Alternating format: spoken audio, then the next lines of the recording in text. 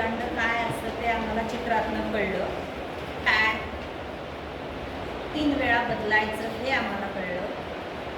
इकडे तिकडे टाकायचं नाही, कागदात बांधायचं हे व्यवस्थित कळलं. 5 दिवस आपले पिरियड्स असतात हे कळलं. आपलं बीजांड असतं त्यामध्ये शुक्राणू मिसळल्यानंतर त्यातून वेगवेगळ्या पेशी तयार होऊन बाळ निर्माण होतं हे कळलं.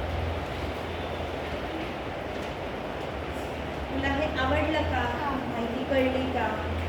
आणि आपल्या पिरियड्सची तारीख लक्षात ठेवायची हे कळलं का? म्हणजे पिरियड्सची तारीख लक्षात ठेवायची.